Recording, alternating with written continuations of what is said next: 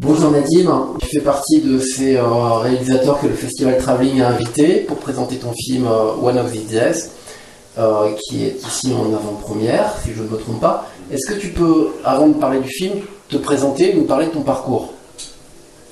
Oui, oui, je suis là pour le Festival Travelling, effectivement, qui font un focus sur le cinéma libanais, comme je pense que peut-être vos auditeurs ou pas, enfin, c'est bien à signaler qu'il y a un focus sur le cinéma libanais, mais sur la ville de Beyrouth aussi, c'est pas peut-être tout le cinéma libanais, c'est un focus sur la ville de Beyrouth à travers le cinéma. Donc, effectivement, je présente un film qui s'appelle One of These Days, qui est un film effectivement très urbain et qui se passe à Beyrouth, donc je pense que c'est aussi une des parties, au-delà du fait que je pense que les gens du festival ont aimé mon film, mais c'est vrai que ça parle de la ville de Beyrouth d'aujourd'hui, en tout cas. C'est un film très urbain, et du coup, voilà, c'est mon premier long métrage de fiction. Mais bon, je viens quand même, comme beaucoup de réalisateurs aussi, j'ai fait beaucoup de courts métrages, de films expérimentaux et moins expérimentaux, et tout ça, enfin, des fictions. Enfin, j'ai beaucoup travaillé dans le court métrage, j'ai fait beaucoup de films. Parce que du coup aussi, comme je n'ai pas vraiment appris le cinéma à l'université, j'ai fait d'autres genres d'études à l'université, mais du coup, pour moi, je viens un peu de cette génération où on apprend en faisant aussi. On fait, alors bien sûr, peut-être mon premier film n'était pas un chef-d'œuvre, j'ai dû gratter, comme on dit, je gratte la guitare, bon, j'ai dû gratter un film à l'âge de 17 ans, 18 ans, bon, d'accord, c'était pas...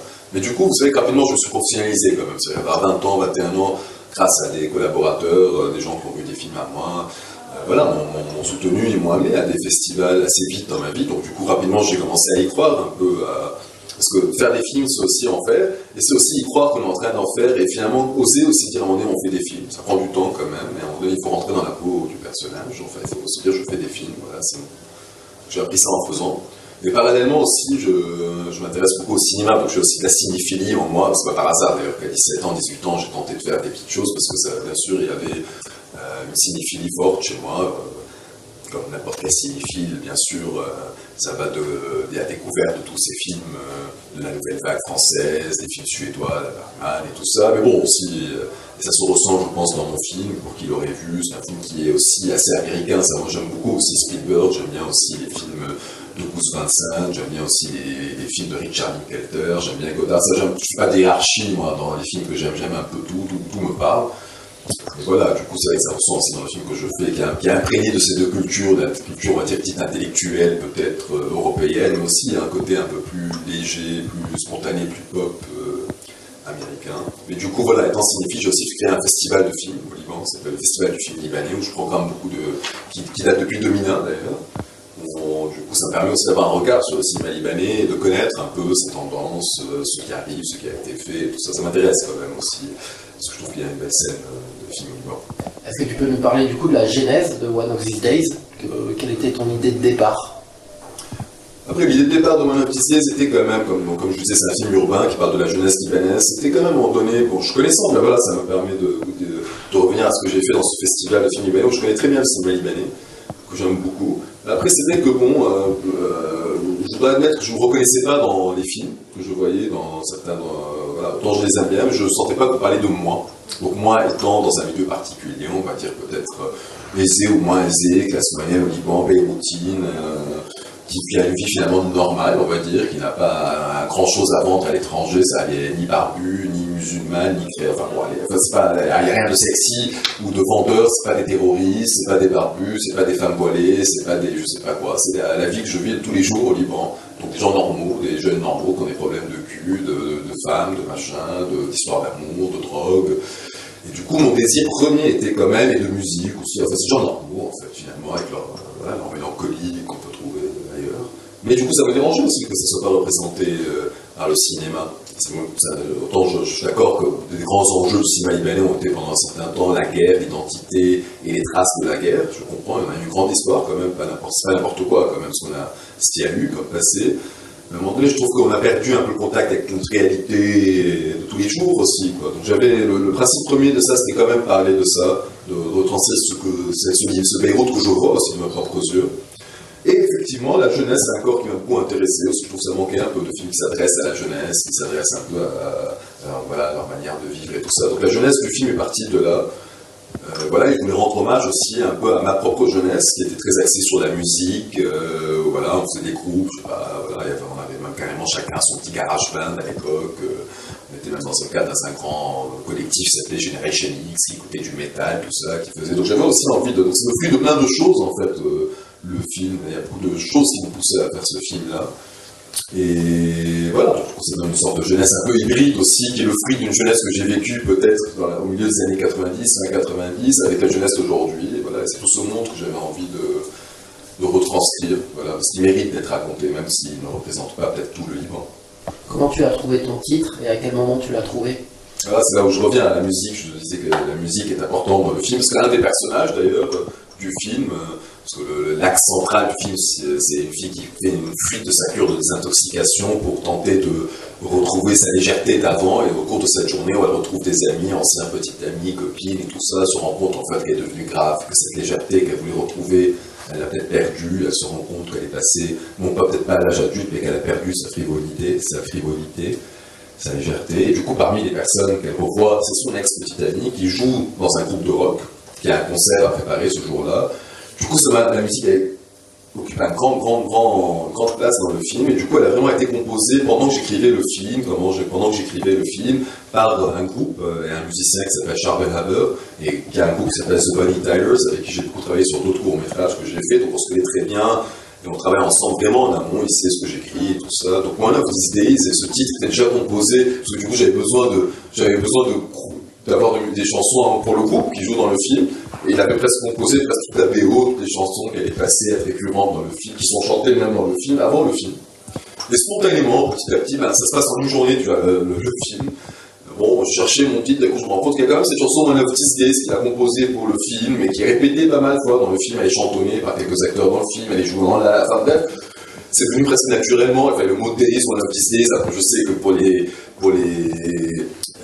gens qui aiment la musique, ça aussi de Pink Floyd, il y a bien sûr un titre qui s'appelle One of These Days, Lou Reed aussi, mais bon, enfin, ça il faut demander à Charvel, parce qu'il s'est influencé de Pink Floyd quand il a créé ça, mais c'est venu presque spontanément, c'est venu comme une illumination, quelque part. Ouais, c'est vrai, One of These Days. Tu as déjà commencé à y répondre, mais est-ce que tu peux nous dire quelles étaient tes influences, plus d'un point de vue formel, pour ce film-là, pour celui-là précisément? Après mes influences, je pense que c'est comme n'importe quel travail artistique, je pense. Plus on avance, plus on finit par être spontané avec nous-mêmes. C'est-à-dire, mais être spontané avec nous-mêmes. Je pense que je commence à créer mon cinéma. C'est-à-dire mon cinéma, je dis sans prétention, ça veut pas dire mon cinéma que je crée quelque chose de nouveau, je suis le nouveau génie, je précise. Mon cinéma, on commence à faire des choses qui nous ressemblent, quoi. Quelque chose, notre propre souffle, c'est ça l'art finalement, d'une certaine manière, que ce soit des tableaux, de la musique et tout ça. L'important c'est de trouver son propre rythme, quoi. Donc je commence à le trouver, je commence à créer mon univers, j'ai l'impression, et bien sûr, trouver son propre rythme, son propre univers, obligatoirement un souffle qui vient de mille choses, qui vient de l'éducation, de lecture, de choses comme ça. Et bien sûr, je me rends compte que finalement, spontanément, je fais la synthèse ce que je vous disais tout à l'heure, que j'aime tout le genre de cinéma, je suis vraiment un grand amateur du popcorn movie, à la Spielberg, Jaws, j'aime beaucoup ça, et voilà, et tout comme j'adore le film bizarre chinois, j'adore Jazanke, j'adore Jean-Luc Godard, j'adore des trucs un peu portugais, donc tout ça communique en moi, j'ai l'impression, d'une manière harmonieuse, sans hiérarchie. Je supporte pas les gens qui... j'adore Tarkovsky, mais je supporte pas les gens, les adorateurs de Tarkovsky, genre qui partent voir un film de Spider-Man, ils disent ouais non mais Tarkovsky c'est mieux, je suis là, ok bon Tarkovsky, j'adore, enfin j'aime pas les hiérarchies. Pour moi le cinéma d'ailleurs son propre est d'être un art pop, c'est presque l'art par excellence qui fait son art sur le dos de tous les autres arts et toutes les autres cultures. C'est pour ça que j'aime beaucoup d'ailleurs par ailleurs Alain Resnais quand il a fait par exemple I Want to Go Home, c'est un film qu'il a fait sur la bande dessinée, comme Alain Resnais, le grand Alain Resnais qui a travaillé avec Marguerite Duras, il avait fait un film sur la bande dessinée. Je trouve que le cinéma c'est l'art par excellence qui ne fait pas cette hiérarchie entre la culture dite noble et la culture plus pop. Et je trouve que dans mon film, voilà, naturellement, c'est venu de mixer peut-être des plans. Dans mes plans, on peut trouver un truc sérieux, un peu cérébral, des compositions proches de la photo, mais en même temps, ces jeunes sont habillés comme des jeunes cool, comme on dit, ils écoutent de la musique cool, tout ça. Donc, tout ça coexiste normalement, c'est venu naturellement. Mon souffle est d'être tout ça en même temps, quoi. Tu disais que tu t'étais attaché à retranscrire une jeunesse qui vit entre légèreté et gravité. On note aussi que moi j'ai mis d'autres mots derrière ça parce que j'avais pas encore ton vocable quand j'ai vu le film. J'ai vu des abus, j'ai vu la rédemption, j'ai vu l'importance de se défouler, de se divertir, j'ai vu l'innocence aussi, et puis j'ai vu la menace terroriste. est-ce que, à travers ces trois personnages, qui sont très différents les uns des autres, les trois personnages principaux, est-ce que tu voulais retranscrire plus que trois portraits de personnes, tu voulais parler de Beyrouth, tout simplement? En tout cas, oui. C'est vrai qu'il y a un peu de ça. Autant je parle que le point de départ, ça parle de jeunes, mais c'est vrai que j'ai eu l'occasion de le dire, d'ailleurs, c'est vrai que j'ai eu l'occasion même de bavarder avec le public après la projection. C'est vrai que ces mots-clés, et je trouve que vous utilisez les bons mots-clés aussi, alors c'est moi qui parle du passage de la légèreté à la gravité, mais bien sûr, il y a ce que vous dites, vivre la vie à plein, à l'excès, parce que c'est comme si c'était les derniers jours de notre vie. On vit beaucoup comme ça au Liban, c'est tout le monde, du coup, voilà, je réponds à votre question, tout le monde, c'est pas que les jeunes qui ont ce flirt entre la légèreté, qui vont vers la gravité, ou ce côté excessif, et ce côté où ils flirtent toujours avec le danger à côté. Le Liban, comme ça, c'est presque une métaphore. Je déteste le mot métaphore, on ne fait pas un film pour faire égal le Liban, mais je sais que je dépeins quand même l'être libanais dans son ensemble, et non pas que l'être jeune libanais. L'être libanais est lui aussi dans l'excès, comme vous dites, lui aussi vit dans flirt avec le danger. Alors, vous parlez du danger terroriste, ce n'est pas que ça, c'est un danger. Effectivement, il y a le terrorisme peut-être, mais aussi il y a carrément, je sais pas, qui connaît le Liban, connaît la carte, on est entre la Syrie, on connaît les problèmes, l'Iran n'est pas loin, l'Irak, Israël, Palestine, enfin tout ça c'est... Voilà, c'est particulier comme pays, ça, le danger est d'office, et sans rentrer dans les têtes de la politique intérieure au Liban, mais à l'intérieur même du Liban, il y a certains dangers, certaines communautés qui se méfient l'une de l'autre, donc du coup, on surfe avec la vie, et du coup ça donne des excès, effectivement, parce que, bon, ça c'est vrai que c'est connu du Liban quand même, pour qui a eu l'occasion de visiter ce pays, le voit bien que c'est il y a un désir de vie, de bouffer la vie, quoi, de vivre, quoi, et ça j'avais envie de filmer ça, la vie, quoi, mais je ne suis pas dupe non plus. C'est pour ça qu'il y a quand même un aspect mélancolique dans le film, un peu triste, et un peu, effectivement, comme vous l'avez dit, défaitiste, ou en tout cas des ailes. Parce que bon, autant, je pense qu'il y a beaucoup de vie, mais je n'aime pas aussi quand on présente le Liban que comme dans cette vie. C'est vrai qu'il y a des choses que je ne supporte pas, des pubs comme ça qui ont été faites sur le Liban avant ce qui se passe qu'actuellement le Liban est totalement, on est en pleine révolution actuellement depuis le 17 octobre, on est en crise économique totale du type grec ou Argentine, et aussi une crise politique et tout ça. Donc là, au Liban, je ne sais pas ce qui va rester du Liban maintenant après cette révolution, mais avant, il y avait des choses qui m'énervaient aussi un peu, la représentation du Liban de CNN, d'autres gens. Oui, le Liban, tu vas nager, tu vas aller au ski le jour même, il y a boîte de nuit, il y a machin, waouh, super le Liban, tu vas skier, tu vas surfer, tu vas tout ça. Oui, ok, c'est vrai, mais gars, ne soyez pas à ce point-là publicitaire, quoi, les gars. Ne faites pas croire que tout va bien, mais d'ailleurs, ça m'a surpris, parce que quand j'ai projeté mon film au Liban, c'était avant la révolution, qu'il y a actuellement, j'étais très surpris de voir certains journalistes qui m'accusaient d'être un peu trop mélancolique, de présenter des gens un peu quand même tristounés. J'étais là, dans quel pays vous faites? Enfin, ça m'étonnait qu'ils posaient la question, j'étais là, vraiment, t'as l'impression qu'on vit à Los Angeles? Oui, enfin, ça m'étonnait juste qu'ils suggèrent que, oui, bon, le Liban, vous trouvez qu'on est comme ça, un peu comme ça, que c'est un peu tristouné, qu'il y a un peu ce côté défaitiste, alors que... Bon, l'histoire me donne raison, parce qu'on voit bien que tout le monde est dans la rue aujourd'hui, mais ça m'étonne même que les gens... Ok, c'est vrai qu'il y a un côté Miami, Los Angeles, mais quand même, soyons pas dupes, quoi, non plus, quoi. Quelques mots sur le casting, notamment Yumna, Marwan et Manal Issa. Comment tu les as choisis, puis ton acteur principal aussi? Les actrices, c'est vraiment un grand désir de travailler avec eux. Manal, que j'ai découvert et que je connais, parce qu'en fait, vraiment, Daniel Arbid a fait un très beau film avec Manal qui s'appelle Peur de rien. Mais au moment où Daniel est quelqu'un que j'aime beaucoup, qui m'a beaucoup accompagné aussi dans mon parcours de cinéaste, du coup, c'est vrai que quand elle a rencontré Manal, qu'elle l'a casté, avant même de faire le film, j'avais déjà rencontré Manal, je savais qu'elles allaient travailler ensemble, donc j'ai observé aussi l'évolution de la relation de Daniel avec Manal avant le tournage, et pendant le tournage, j'ai eu l'occasion même d'aller voir quelques jours de tournage de Peur de rien. Et voilà, et du coup, voilà, il y avait une belle rencontre aussi avec Manal, et du coup, bien sûr, j'ai beaucoup aimé aussi Peur de rien, j'ai vu qu'elle avait elle avait une force, quoi. Donc un grand désir de vouloir travailler avec elle. Yumna aussi, qui a travaillé dans quelques films libanais d'un réalisateur qui s'appelle Hassan Salhab aussi, qui est un réalisateur que j'aime beaucoup, libanais. Voilà, qui a travaillé avec elle dans un long métrage qui s'appelle La Vallée. C'est deux actrices comme ça, bizarrement. C'était au même moment d'ailleurs que les deux émergeaient comme ça. Et voilà, j'avais un désir de voir. Mon scénario, je l'avais déjà, bien sûr, j'avais déjà mon désir de film. C'est pas que j'ai écrit le film en fonction, je savais que je travaillais sur ça, mais j'ai voulu les rencontrer. On a meublé autour d'une bande d'acteurs, des acteurs qu'il y a dans le film. Qui sont des gens que je connais, que dans la rue, dans les bars que je fréquente, d'autres qui ont été castés. Et voilà, après on a créé une bande, on a essayé de la créer quand même avant même de tourner le film. C'est vrai, comme je savais quand même que j'embarquais dans un film où j'avais envie de filmer des corps, des dialogues, j'adore filmer la parole, j'adore la spontanéité. Une chose que je trouve qui fait défaut des fois dans le cinéma libanais, c'est le manque de spontanéité dans le jeu d'acteur, le manque de réalisme, de naturalisme. Je sais que c'est une grosse question, ça, le réalisme, naturalisme au niveau, dans le cinéma.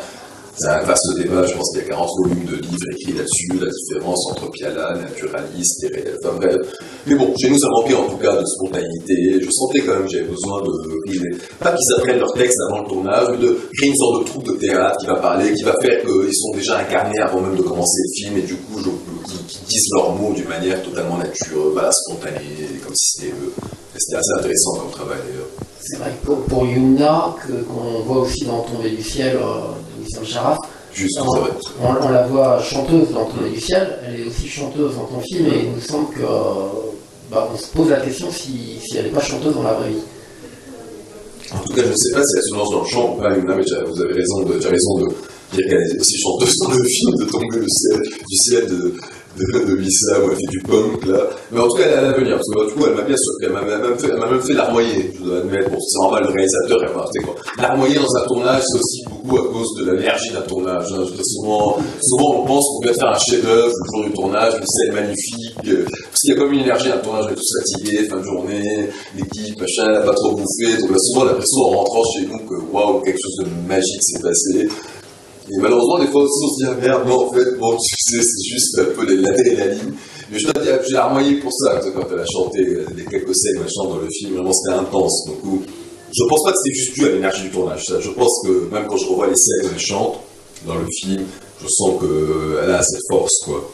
Donc, voilà, je sais pas, après, c'est à elle de voir, je sais pas si c'est une future chanteuse ou pas, mais elle a ce potentiel pour moi, en tout cas, ça c'est clair. Ton film est très musical, et c'est normal, parce que c'est aussi son sujet. Comment tu as travaillé la musique avec The Bonnie Tylers? C'est ce que je disais tout à l'heure, c'est vrai que c'est un groupe avec qui j'ai beaucoup travaillé, les Charbel Haber et Fatih Tabal, c'est un peu c'est les membres du groupe. Non, c'est le genre avec qui j'ai déjà travaillé sur beaucoup de courts-métrages que j'ai fait. D'ailleurs, le groupe The Bonnie Tylers s'est créé grâce à un de mes courts-métrages, parce que Charbel faisait partie d'un groupe qui s'appelle Scramble Eggs au départ. Mais en fait, pour un court-métrage qui s'appelle Été 91 sur des centres balnéaires au bord de la plage au Liban, c'est notamment connu au Liban, parce que tout est bétonné, son littoral est bétonné par des centres balnéaires, des grosses masses informes avec des piscines, des machins. Je faisais un travail là-dessus, c'est des lieux qui m'intéressent. Et du coup, j'avais besoin d'une certaine musique particulière, un peu proche de la cold wave, dark wave des années 80, que Scramble Eggs ne faisait pas, mais Charbel, bien sûr, est flexible, il aime bien. Quand on travaille ensemble, je lui fais écouter beaucoup de musique, j'aime beaucoup la musique. Hein. Du coup, je lui ai fait écouter des choses, et du coup, ça l'a inspiré, il a commencé à créer des trucs un peu, des sons un peu synthés, Casio, type années 80. Et ça lui a donné l'idée de travailler sur cette musique de ce court-métrage sous le nom d'un nouveau groupe. Il a préféré nommer, c'est lui qui a choisi de créer The Bonnie Tylers pour ce court-métrage, mais du coup, ça s'est resté. Et du coup, voilà, spontanément, il a repris cette même formule quand je lui ai dit, je prépare ce nouveau film, qui n'avait pas de nom, du coup, il s'appelait pas One of These Days, rapidement, il s'est mis, il a lu le scénario, et il connaît ce que j'aime. En fait, Charbel, quand on était jeune, on avait des groupes de rock ensemble, tous, la génération X, on faisait des concerts et tout ça, enfin, je viens aussi de la musique, ma première passion, c'est surtout ça. Charbel faisait partie de ça aussi. Bon, lui, il a coaché dans la musique, moi j'ai arrêté, parce que bon, je sentais bien que fallait mieux arrêter, quoi. Faut que c'est pas, que j'allais pas révolutionner le monde de la musique, j'allais pas, bref. Mais du coup, Charbel, je le connais depuis cette période-là, donc il connaît mes goûts, on se parle. C'est c'est intéressant quand on arrive à ce genre de collaboration dans tous les postes, j'ai envie de dire, dans le cinéma. Dans le montage, dans la photographie, donc le directeur, chef opérateur, la musique. C'est beau quand quelqu'un qu'on connaît, ça prend du temps, hein, c'est la collaboration, mais c'est vrai que c'est beau quand on arrive à ça avec pas mal de gens dans le cinéma, j'ai envie de dire même les acteurs, enfin, et ça existe finalement, des cinéastes qui travaillent toujours avec les mêmes gens, c'est pas par hasard, je pense, quoi. Ouais, ça m'étonne pas du tout qu'il ait fait partie du groupe Scramble Eggs, parce que je voyais clairement la lignée, parce que Scramble Eggs, ils ont aussi fait la musique des films de Johanna Hadji-Thomas et Halil Jorek, qui sont ici présents aussi. Et c'est vrai que j'avais une question aussi, du coup, cette histoire que tu racontes, elle semble très vraie dans son ambiance, mais elle semble aussi, tu arrives à tu parlais de naturalisme et voilà, tu as un style assez naturaliste, et cette histoire on y croit, et à se demander même si tu t'es pas inspiré d'une histoire que tu connaissais déjà. Après, l'inspiration du film, bien sûr, c'est un film qui va... Alors, c'est vrai que j'ai eu l'occasion de montrer le film pas mal dans des festivals et tout ça, et c'est vrai que c'est intéressant quand même de me rendre compte quelque chose que je synthétise et qui a été repéré par des gens. C'est intemporel, parce qu'en même temps, c'est vrai que ce n'est pas un film sociologique sur la jeunesse aujourd'hui. Donc, ce que je veux dire par là, il n'y a pas de religion, alors qu'au Liban, on parlait de quelqu'un, on parle tout de suite de religion. Genre, dès que tu présentes un personnage au Liban, tu essaies de faire un plan sur une croix ou un Coran pour juste indiquer que c'est ça son milieu. Tout comme, je parle des parents, généralement, il y a 1000 parents, on ne voit pas les parents dans le film, on les entend en off, ils sont absents. Et la religion, je pense personne ne peut vraiment dire. Bon, les gens qui connaissent le Liban peuvent deviner, on a l'impression d'être dans la classe moyenne un peu crête, béroutine, donc peut-être chrétienne, mais ça peut être des musulmans aussi. Parce que les musulmans aussi sont comme ça, aussi, le Liban, c'est pas tous des gens qui prient matin, midi et soir, comme l'image qu'on pourrait avoir en Europe d'un musulman, c'est obligatoirement quelqu'un qui pense à ce que je fais du terrorisme ou pas. Parce que malheureusement, on en est là en Europe à se demander croire que tous les musulmans sont dans ce dilemme, est-ce que vais-je aller vers Allah ou pas, alors que pas du tout. Je précise, c'est intéressant, il faut quand même le rappeler, quoi, parce que j'ai l'impression que toujours, même les films français qui présentent des musulmans, même quand le mec va aller finir par faire l'amour et baiser avec plein de filles, tout ça, mais son point de départ, c'est est-ce que Allah ou pas, non, enfin, genre. Donc on ne voulait pas rentrer dans cette sociologie. Et une autre sociologie commune aujourd'hui, c'est aussi qu'il veut faire un truc sociologique sur la jeunesse, passerait le 3/4 de son film à mettre des gens devant des téléphones portables et des selfies et des réseaux sociaux. Pour qui a vu le film aussi voit bien que c'est pas très présent dans le film, les réseaux sociaux, le WhatsApp, le Facebook, le selfie. Et bizarrement aussi pour les tenues vestimentaires, la drogue qui est au centre du film, c'est l'héroïne. Bon, on sait bien qu'aujourd'hui c'est plus MDMA, ou il y a peut-être des extras qui sont un peu plus les drogues contemporaines et tout ça, que l'héroïne c'est plus l'indice. Donc du coup c'est vrai que c'est une synthèse de ma jeunesse, de la jeunesse d'aujourd'hui, de choses que j'ai connues justement. Bon, je pense quelqu'un qui a fui d'une cure de désintoxication, qui est le fil narratif du film, et vient une journée, passer une dernière journée avec ses amis, voir ce qui se passe, est-ce que la vie revient ou pas, c'est effectivement une histoire vécue par un ami. Donc du coup, cette ligne narrative est effectivement vécue, mais vécue par moi, non pas aujourd'hui, pas par des amis d'avant aujourd'hui qui sont jeunes. Donc cette synthèse, c'est vrai que ça donne du coup un film, j'ai l'impression, atemporel, dans bizarrement son style. Il y a quelqu'un qui m'a fait la remarque, dans l'ordre de projection en Italie, qui parlait de... Ça m'a fait plaisir, c'est un réalisateur que j'aime bien. J'ai dit, je sais même pas, parce que j'ai mon cinéma, qui vient sur plein de références, mais quelqu'un m'avait dit, je me fais pourquoi pas, me parler d'un film d'Assayas, de désordre des années 80. C'est un membre de la public italien qui disait, on a l'impression que c'est des genres de désordre d'Assayas des années 80. D'autres te disent même, j'ai l'impression que c'est en fait la jeunesse des années 2000. C'est vrai que c'est atemporel, parce que finalement les grandes questions sont atemporelles, les grandes questions de la jeunesse finalement. Si au-delà des attributs, tu lui colles un téléphone portable ou tu lui colles je sais pas quoi, ça reste quand même des grands moments de questions existentielles, la jeunesse, de questions qui... Et du coup, en l'occurrence, au Liban, je posais la question tout à l'heure de est-ce que ça parle pas que de la jeunesse, ça parle du Liban en général, mais on est un peu jeune au Liban, c'est un pays encore adolescent d'ailleurs, ça les implique à peine 100 ans, il va avoir 100 ans cette année d'ailleurs.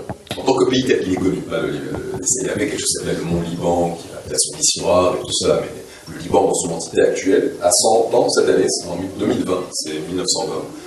On est encore dans l'adolescence, quelque part, au Liban. Donc, du coup, les problèmes d'un adolescent sont quelque part les problèmes d'un pays comme on a. Et là, c'est pas grave, c'est pas par hasard que notre 100e anniversaire, on le fête par être dans la rue, à jeter des pavés sur la gueule du pouvoir et tout ça, parce que c'est notre crise d'ado.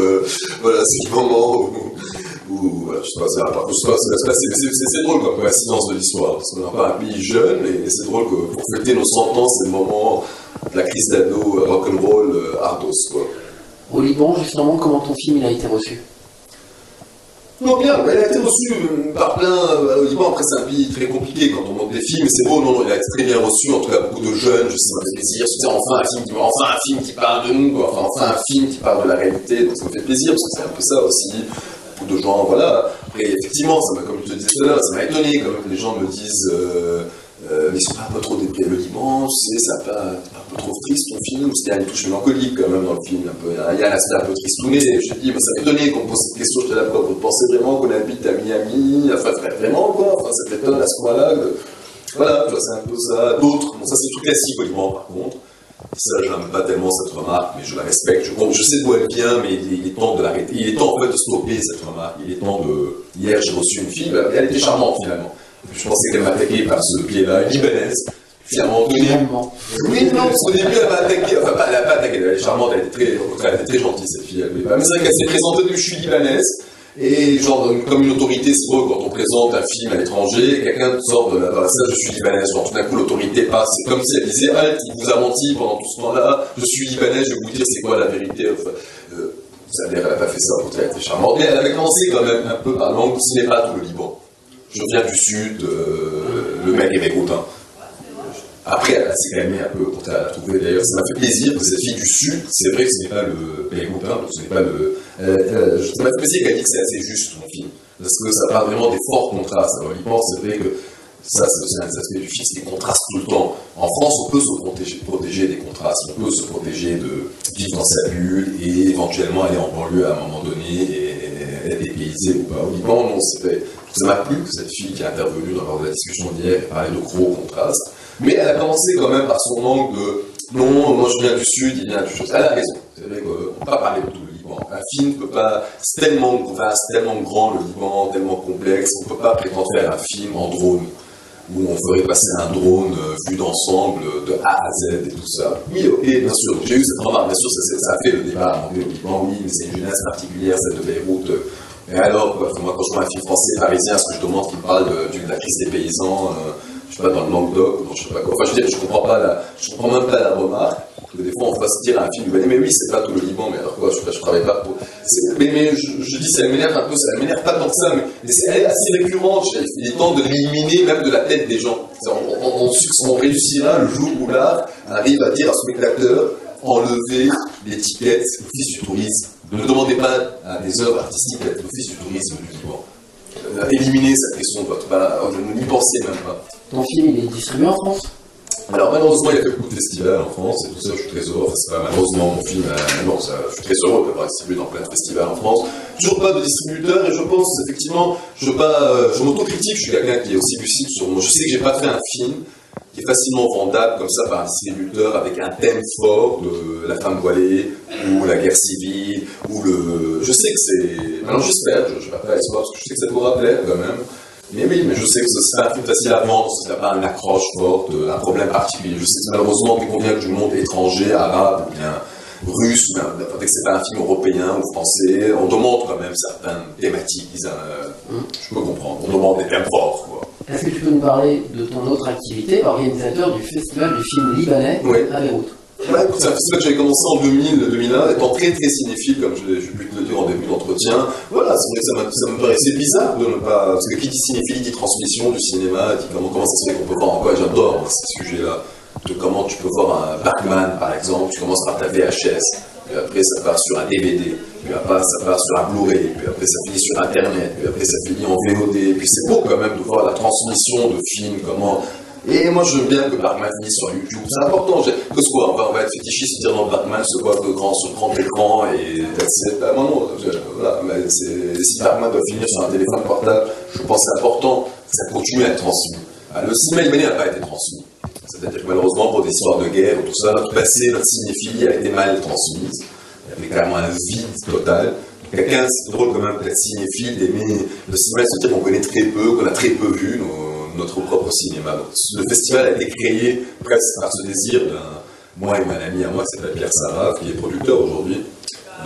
Voilà, qui ensemble, on voulait savoir, voir du coup. Et voilà, donc c'est un festival qui travaille beaucoup sur le passé, le cinéma. Donc on aime bien faire des projections un peu de films anciens, on va dire. Mais bien sûr, c'est un festival sur le cinéma contemporain libanais, enfin ça va des courts-métrages, des documentaires, et aussi c'est un truc qui est très nouveau, peut-être dans beaucoup de festivals du monde, mais nous on l'a mis tout de suite, mais c'est vrai que c'était la réalité aussi, on a beaucoup mélangé les formes d'art avec le cinéma expérimental, la vidéo, l'installation était très vite dans le festival, avec les courts-métrages, les fictions et tout ça, parce qu'il faut dire que pendant longtemps, maintenant c'est autre, il y a beaucoup de films aujourd'hui au Liban, des fictions et tout ça, mais au début des années 2000, on s'exprimait plus facilement à cause de la question économique en vidéo art et tout ça. C'est peut-être plus facile de faire du vidéo art qu'un court-métrage, jamais son financement ou un long-métrage. Aujourd'hui, la donne a changé. Il y a beaucoup de films, ça se passe beaucoup mieux. Mais c'est vrai qu'à un moment donné, c'est vrai que la forme de l'expérimental et du vidéo art était une forme très présente dans la production. Est-ce que pour toi, il est possible de définir les marqueurs du cinéma libanais? Des choses qui seraient propres au cinéma libanais, qui en feraient un cinéma à part entière. Est-ce que c'est possible?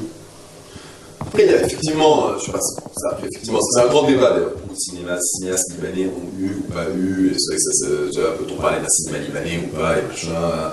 Après, des fois, des gens pour pouvoir vendre du cinéma à l'étranger, des gens qui s'intéressent à ça ont besoin de packager, parce que c'est facile de vendre un cinéma national que des individus. Après, c'est un vaste débat en tout cas. Alors, je ne vais pas répondre à cette question au sens est-ce que le cinéma libanais ou pas, mais des marqueurs, si on peut faire comme ça. Parce que c'est vrai que souvent on peut faire des marqueurs dans le cinéma, et souvent d'ailleurs quand on finit une décennie, 2010 à 2020, c'est le moment où des fois il y a des grands articles, des grands numéros spéciaux des gars du cinéma, synopsis, je sais pas quoi, que ce que j'ai vu pendant l'année, donc dans cette décennie, quels ont été les enjeux. Donc c'est dans ce sens-là que je peux répondre à ta question plutôt que dans le sens est-ce qu'il y a un cinéma libanais. Donc si je le vois comme ça, objectivement, sans me dire qu'il y a une identité forte, mais c'est clair qu'on voit beaucoup le flirt entre la grande histoire et l'intimité. C'est clairement un cinéma conscient de l'univers qui l'entoure et conscient qu'il y a des personnages dans un territoire et à un temps donné. La question du temps et de l'intimité, le flirt entre la grande et la petite histoire est très présent parce que c'est un peu ça aussi notre réalité. En France, elle commence à être très présente, la grande histoire et la petite histoire.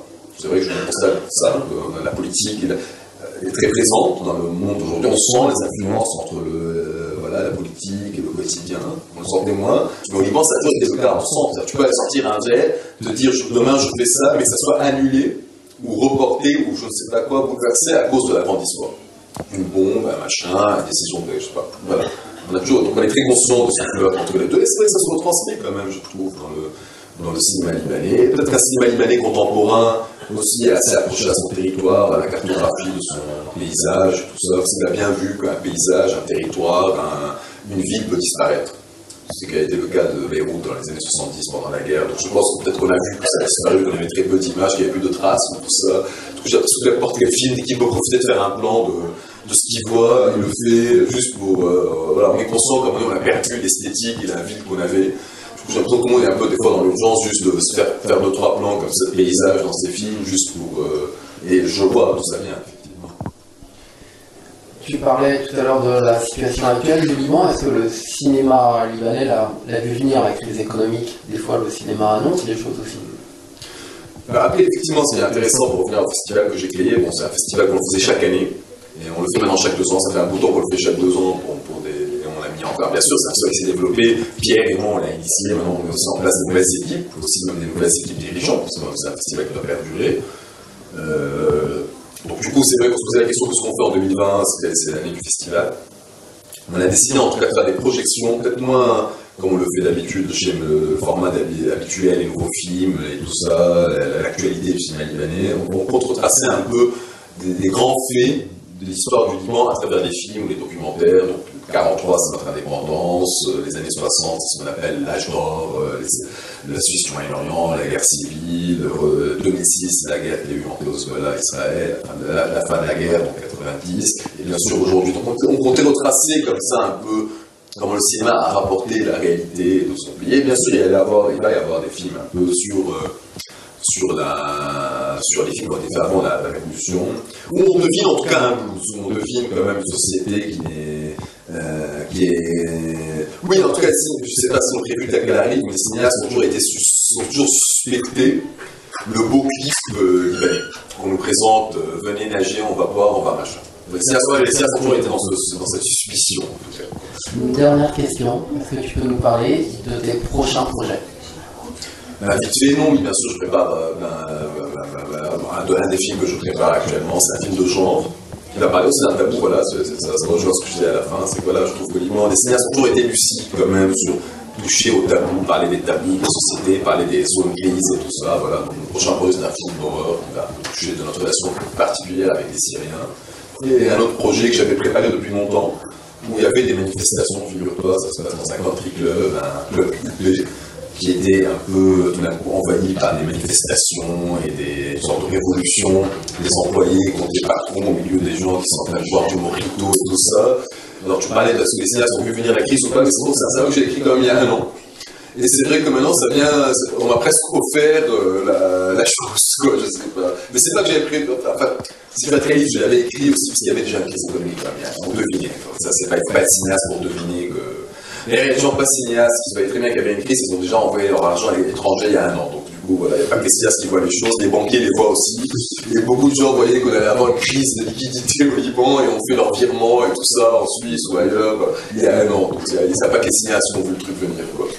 Merci beaucoup Nadim, et on se retrouve à d'autres distributeurs français. Merci.